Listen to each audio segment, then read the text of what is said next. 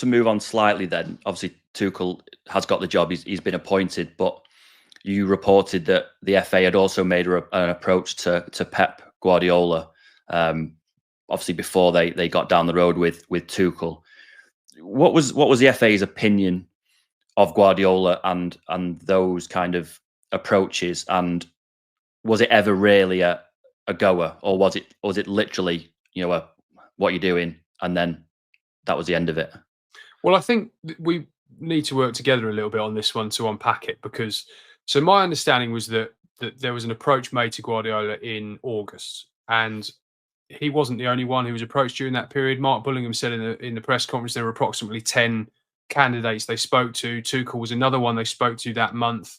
I think the majority of the approaches were made in August, when they started to just sound people out. We'll find out in the fullness of time whether anyone was actually offered the job. But I think if you look at the candidate profile that the FA published and the candidate they've ended up with, it's pretty clear that Guardiola was at the top, if not first choice, of their shortlist when they knew that Southgate was leaving. Now, that's not to say that Guardiola's turned it down, but I think the feedback from what I'm told that they received was, look, this is not a no, but we need a bit more clarity about where we are, what it might look like, how I'm going to feel in a few months' time.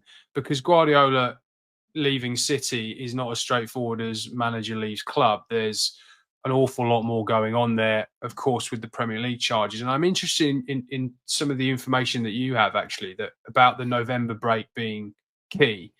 Because I do wonder whether I'm putting 2 and 2 together and making 25 here. But the fact that England sort of said straight away, well, we're going to give Carsley September, October, November, and you saying that from the sort of City end, the noise is that the November international break was seen as a key period. I do wonder whether the FA had said initially to Guardiola in August, look, where do you sit on this? And he said, this is not a no, but I don't know now. Keep me in the loop, basically.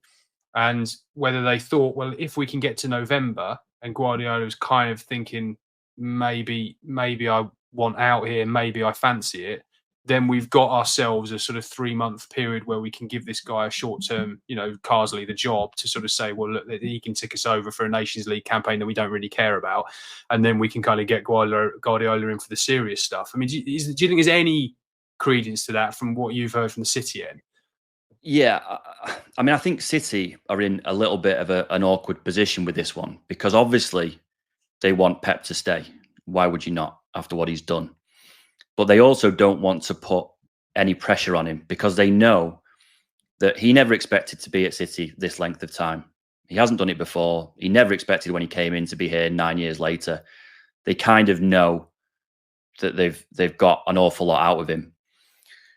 While they don't want to put pressure on him because they want him to be able to make a decision on his own, they also need a chance to forward plan. And very early on, sort of towards the end of last season, over the summer, that the message was that they would really like an answer before the turn of the year. So before he enters the last 6 months of his contract. And the period of time between the November international break and the 1st of January would be really key in sorting all that out.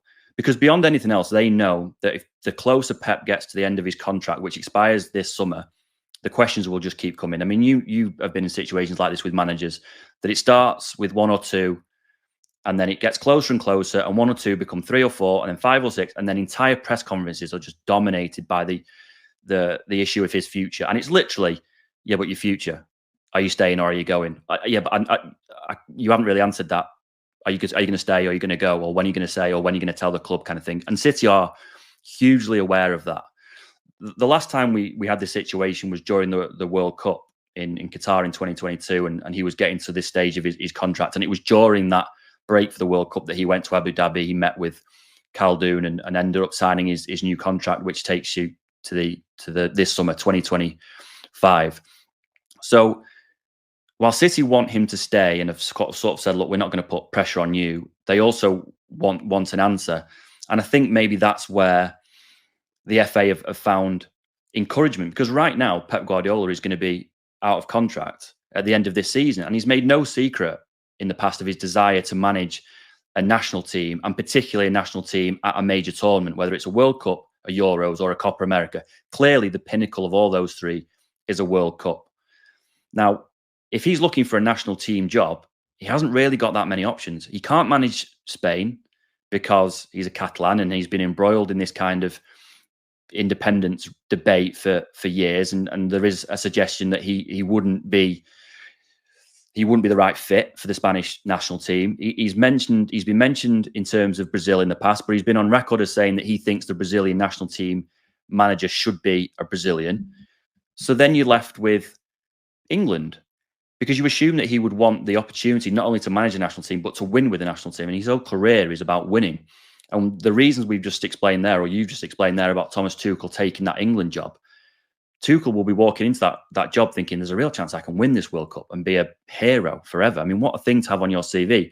And I'm sure Guardiola, had he walked into that, would have been thinking, or wanted to go into international management, would have been thinking the same thing. It's not just about where can I take a job, because you can take a job anywhere. It's where can I take a job and win. England, really, I can't think of anywhere else where you've got such a strong chance of winning a World Cup in 2 years' time. I genuinely believe that Guardiola hasn't made a decision on his future. I don't think that he's a liar in that sense. I think if he'd made a decision that we would know by now, and he went on TV during the international break and said that he hasn't, I also think that he's getting quite tired. And I remember a situation. We'd been to the Club World Cup in Saudi Arabia just before last Christmas, and City had obviously won. Pep Guardiola came into his press conference. There wasn't many English journalists there. Pep Guardiola came into his press conference and started talking about, this is the closing of a chapter. This is the end of the book. I've achieved everything I need to achieve. And it was literally like being sat in a resignation press conference without the resignation. And there couldn't have been a resignation because the World Club Cup was halfway through the season. It was in December.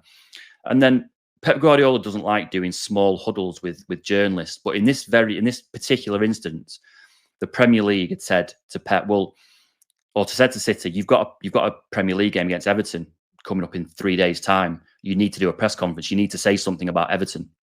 And so Guardiola reluctantly took 3 English journalists, of which I was one of them, into a side room, which he never ever does, to talk about Everton. And the press officer said to us, before he came in, he said, nothing about anything else, just talk about Everton. Ask him about Goodison Park, ask him about Everton, and then we're done. So Pep Guardiola walks in and I say, so Pep, you've just won the World Club Cup, but Everton. And he goes, no, don't talk to me about Everton. I can't think about the Premier League. I can't think about Goodison Park. I'm not thinking about Everton. Don't talk to me about the Premier League. I can't even imagine. I'm so tired. I can't think about the next Premier League game. And I thought in that moment was really telling, because he looked like a guy who had just achieved the last thing that he had on his mind at City. And he just couldn't bear to think about this Premier League game freezing Goodison Park in 3 days' time. And then he wins the Premier League in the summer. And he's still talking about he's talking about, I'm closer to leaving than I am to staying. And it sounds again like he's getting very, very close to the end. Now, in the summer, he went and clarified those comments and said, oh, no, I was talking about, clearly I'm closer to the end of my City career than I am at the beginning, and kind of tried to clear that up.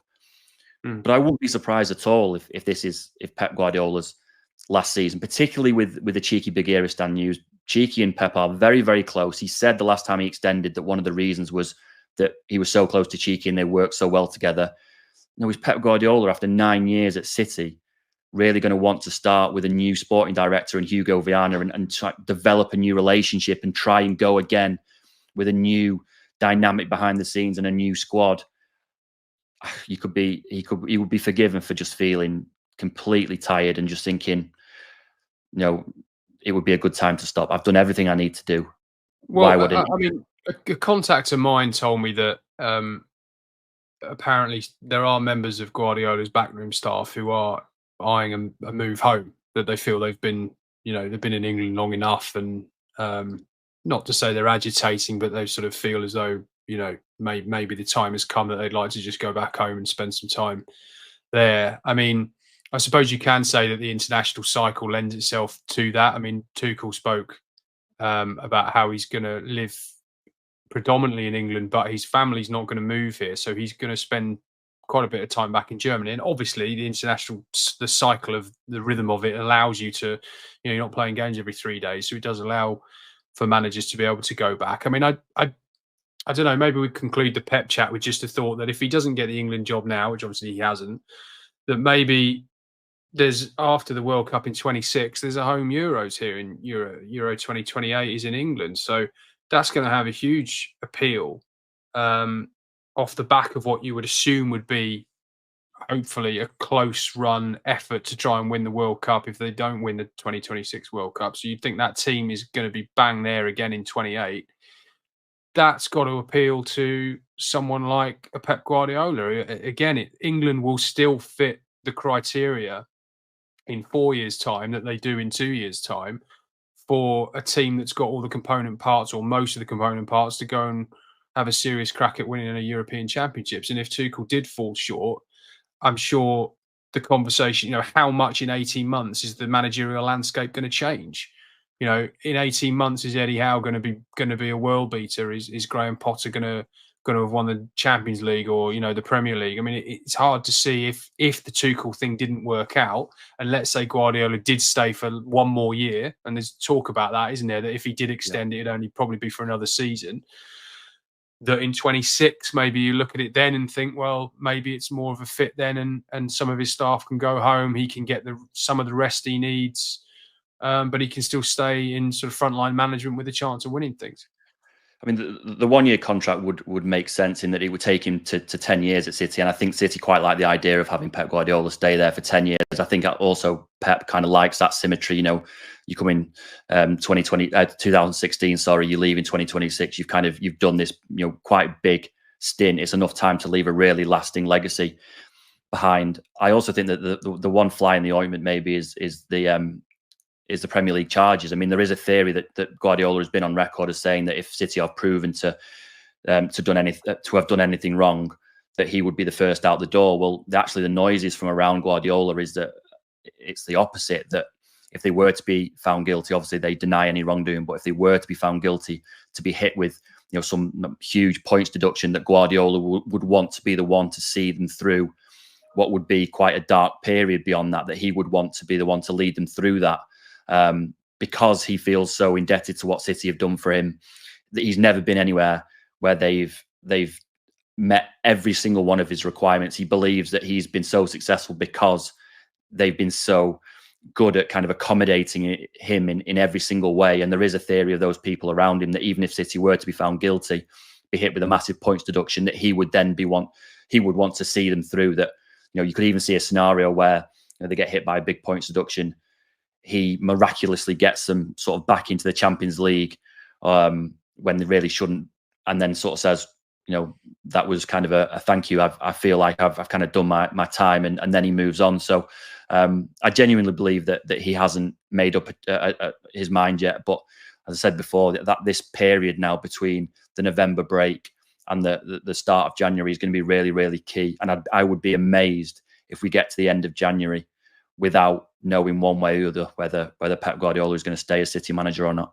Gundogan. My City return feels like being back home.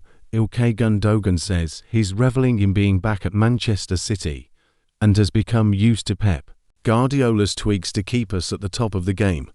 The former German international left City in the summer of 2023, their 7 seasons in Manchester, and leading the side to a European treble.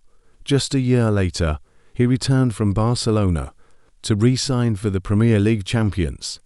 The 33-year-old has immediately maintained his presence at the forefront of Guardiola's plans, playing 8 times across all competitions already.